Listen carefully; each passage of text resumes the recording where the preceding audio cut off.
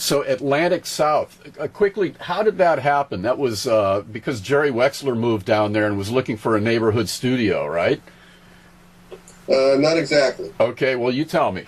Not exactly. What happened was both Jerry and Tom liked to fish. They used to come down here for weekends.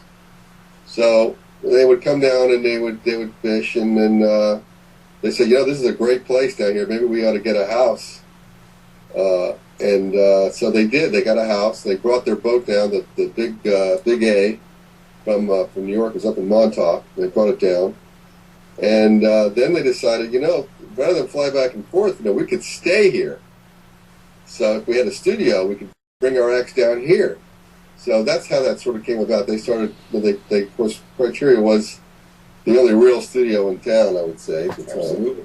And anyway, so they would bring their acts down, and we were the house guys. So we were there, and at that time I was just learning stuff, but because I didn't know one microphone from the next other Ron showed me on a piece of paper, I would use and Mac was a jazz buff. Mac Ehrman, who owned Criteria, Mac was a jazz buff, and he had every Neumann and Telefunken and every kind of expensive microphone that there was. He was a junkie for that stuff. He would buy that stuff, and I didn't know any better, so I'd be using these 5,000 Telefunken microphones for a drum mic.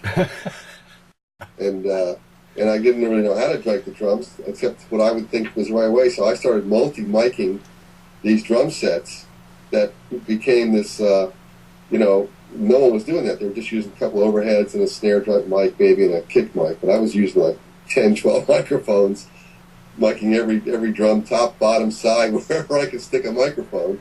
And I wound up coming up with this great sound. But, Mac was having a heart attack. He walked in, he almost died when he saw what I was using on the drums. At that point, the Telefunken microphones, which to this day are, highly regarded, those were exclusively for recording orchestra string sections and things like that. No one ever thought about even bringing them out of the case in a rock and roll environment. We only used one microphone or two microphones at the time. So Howard basically single-handedly, out of stupidity, out of experimentation, invented what we all know as multi-mic technique of drum miking. I even tried some old Electro Voice pen mics as drumsticks. That didn't work out really well. But it was just a magical time. We had a studio that didn't have a lot of business, so we had a lot of time to play and experiment.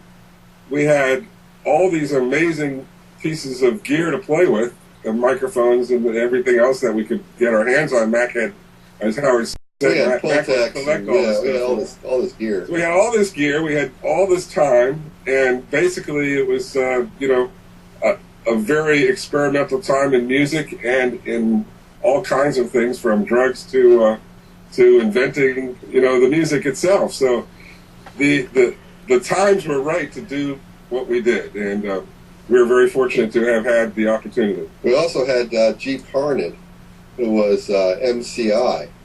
That was a good friend of Mac's, and Mac used to take gear that was broken or wasn't working right. He'd take it up to Jeep, who had a little radio repair shop.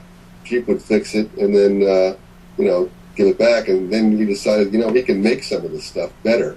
So he started making equipment, and we would test it out at Criteria. So we became the test center for MCI. And then Ron and I, matter of fact, a little quick story is that if you notice that all the modern boards now have the subfaders, subgroups in the center.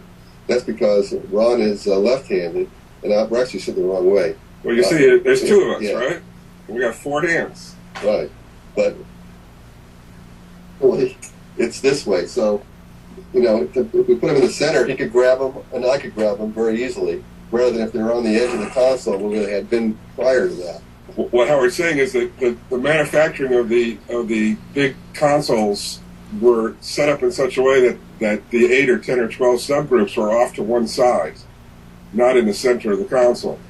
The faders were in the center of the console, but the subgroups were off to the side.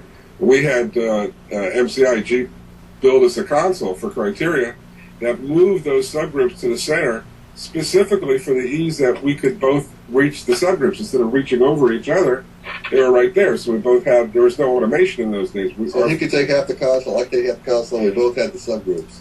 And I think in the AES show, I'm not sure what year it was, the AES show. but SSL stole that from MCI and started putting it on their console the next year. So, because of the uniqueness of us being brothers on one left-handed and one right-handed, the design of all future recording consoles changed forever by putting the subgroups in the center. Pretty amazing.